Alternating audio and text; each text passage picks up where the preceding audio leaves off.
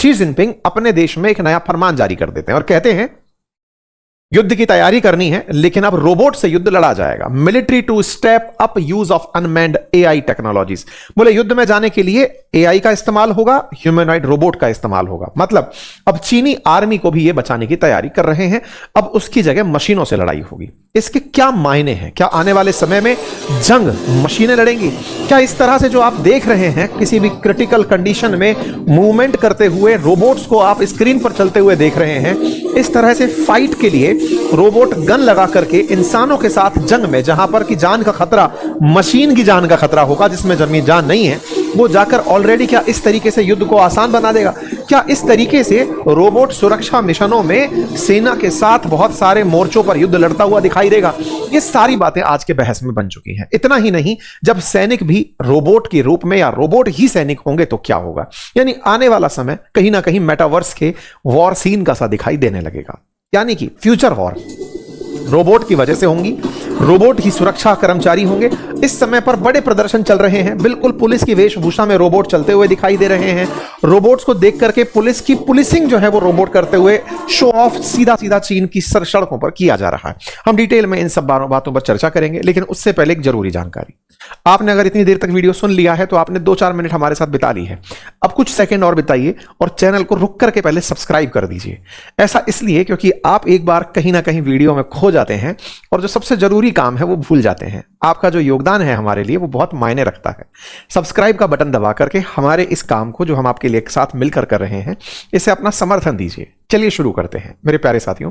चर्चा सबसे पहले अमेरिका की करते हैं। अमेरिका ने दुनिया के सामने, क्योंकि अल्टीमेटली एआई की दौड़ में अमेरिका खुद को आगे बना चुका है, ऑलरेडी दुनिया में एआई को वह आगे से एक्सपोर्ट भी कर रहा है, लेकिन चीन की ह्यूमनॉइड रोबोट को लेते हुए ट्रंप प्रशासन ने सीधा मना कर दिया है कि नहीं, अब हम विदेशी ह्यूमनॉइड रोबोट नहीं लाएंगे। और उसका सीधा सा कारण है राष्ट्रीय सुरक्षा की, हमारी सुरक्षा को दिक्कत है। वास्तविकता में अमेरिका को सुरक्षा से ज्यादा चिंता इस बात की है कि पैसा टेक्नोलॉजी के लिए, क्योंकि अमेरिका टेक्नोलॉजी के लिए जाना जाता है, टेक्नोलॉजी अगर हमें चाइना से खरीदनी पड़ी तो फिर हमारा क्या होगा? ऐसा क्यों हो रहा है? क्योंकि चीन दुनिया में सबसे ज्यादा रोबोट काम में ले रहा है। ना केवल काम में ले रहा है बल्कि दुनिया में एक्सपोर्ट भी चीन का ही सबसे ज्यादा होता है।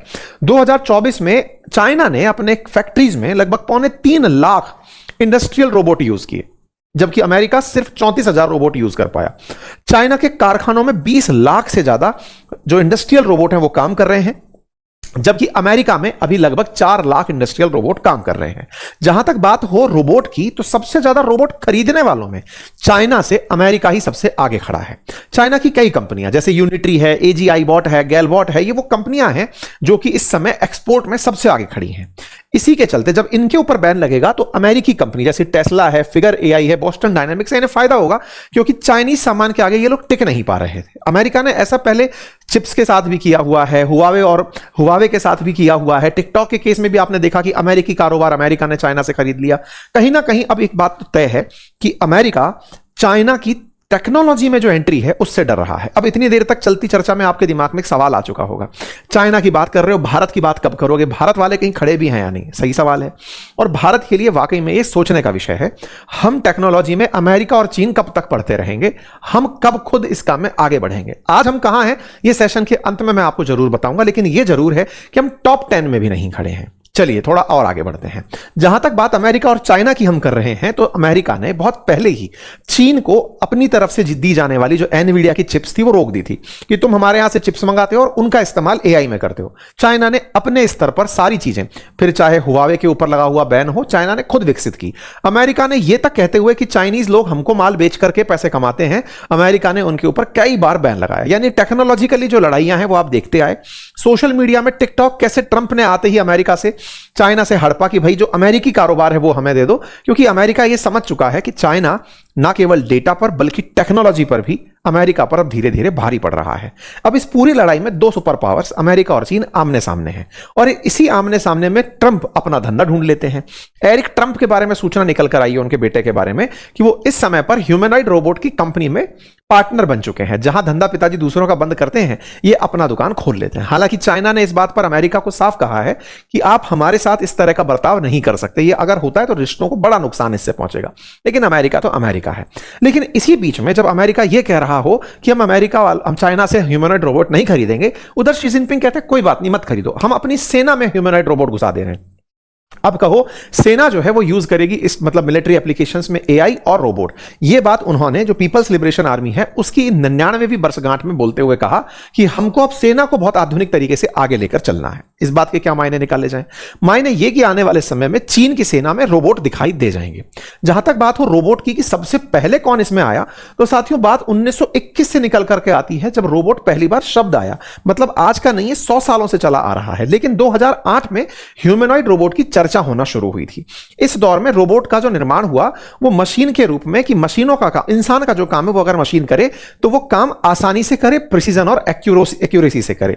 अमेरिका भी ट्रंप उसकी एलॉन मस्क की मदद से ह्यूमनॉइड रोबोट में 2022 में एंट्री कर गया था। या आप मेलानिया ट्रंप को साथ में देख सकते हैं एक रोबोट के चलते हुए, जब वो इस तरह से एक रैंप वॉक में दिखाई दी। खैर, जहां तक बात हो चाइनीज रोबोट की, तो ये बड़ा प्रश्न बनता है चाइना के केस में।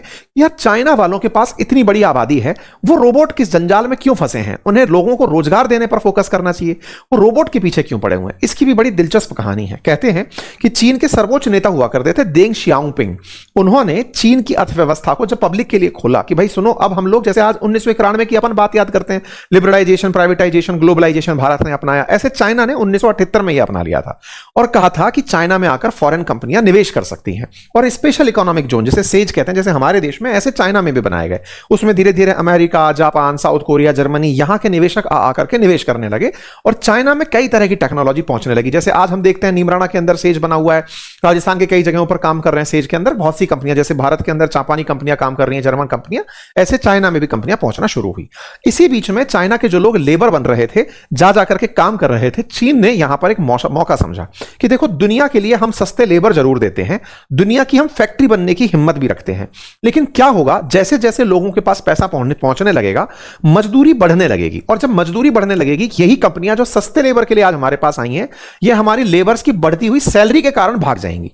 इसी सोच के चलते हुए वर्ष 2000 में चीन ने रोबोटिक्स और ऑटोमेशन पर बड़ी संख्या में निवेश करना शुरू किया। विश्वविद्यालयों के अंदर, अनुसंधान संस्थाओं के अंदर निजी कंपनियों को सब्सिडी दी जाने लगी कि तुम लोग रोबोट पे काम करो। मतलब एक तरह से समझो, दुनिया एक तरफ वैश्विक आर्थिक मंदी में जूझ रही है, चाइना अपनी पूरी दिमागधारी को लगा के रोबोट में घुसाया हुआ है कि नहीं कुछ भी करो, रोबोट बनाने हैं। बोले क्यों? बोले इंसान की जगह रोबोट काम करने चाहिए, ताकि कभी भी लोगों का स्ट्राइक पे जाना, लोगों की मेहनताने की मांग करना, यह सब दिक्कत ही खड़ी ना हो। इसके बाद आता है 2015। चीन ने अपनी एक सबसे बड़ी इंडस्ट्रियल पॉलिसी, जिसे मेड इन चाइना 2025 कहते हैं, वो लॉन्च कर दी। इसका उद्देश्य केवल इतना था कि हम ना केवल रोबोट बनाएंगे बल्कि हाईटेक मशीनों को, रोबोट को दुनिया में भी बेचेंगे। इतना ज्यादा रोबोटिक्स में फोकस करेंगे कि दुनिया भर के लोग हमारे रोबोट खरीद करके मशीनों में काम मिलेंगे। अब आप पूछेंगे क्या रोबोट नाचने गाने का ही काम करता है क्या? नहीं। आज आप बहुत सी जगह गाड़ियों को असेंबली प्लांट में जब बनते हुए देखते हैं, वो सारी मशीनें जो असेंबल कर रही हैं वो सब रोबोटिक काम हो रहे हैं। इवन सर्जरी करना, मोबाइल के अंदर जो आप पार्ट्स लगते हुए देखते हैं, ये सब करना, बहुत सारे काम मशीनों के थ्रू बहुत प्रॉपर एक्यूरेसी से, मैकेनिकल तरीके से करना रोबोट्स ने शुरू कर दिया। आज इसी के चलते चाइना मशीनों को सेना में भी ले जाने की तैयारी कर रहा है। मतलब कि अगर वो युद्ध करने कल को ताइवान से जाता है तो उस समय इंसानी रूप में जो है सैनिक पहुंचेंगे। और इसके लिए उसने वर्ल्ड रोबोट कॉन्फ्रेंस 2024 में 20 से ज्यादा प्रकार के इंसानी रोबोट दुनिया के सामने रख दिए।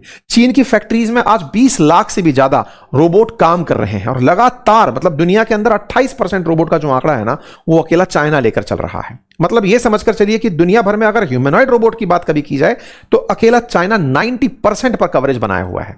मतलब चीन में ह्यूमनॉइड रोबोट दुनिया के 90%, चाइना की लगभग 150 कंपनियां इसी काम में बिजी। यही कारण है कि चाइना ह्यूमनॉइड रोबोट के अंदर टॉप पर आकर के खड़ा हुआ है, यानी कि स्टार्टअप्स के मामले में टॉप पर आकर खड़ा है। स्टार्टअप्स के मामले में भारत नंबर 3 पर है जहां तक बात रोबोट की हो। आज रोबोट इतना बड़ा मार्केट बन चुका है कि ह्यूमनॉइड यानी इंसान जैसा दिखने वाला रोबोट का बाजार 2030 तक $15 बिलियन का होगा।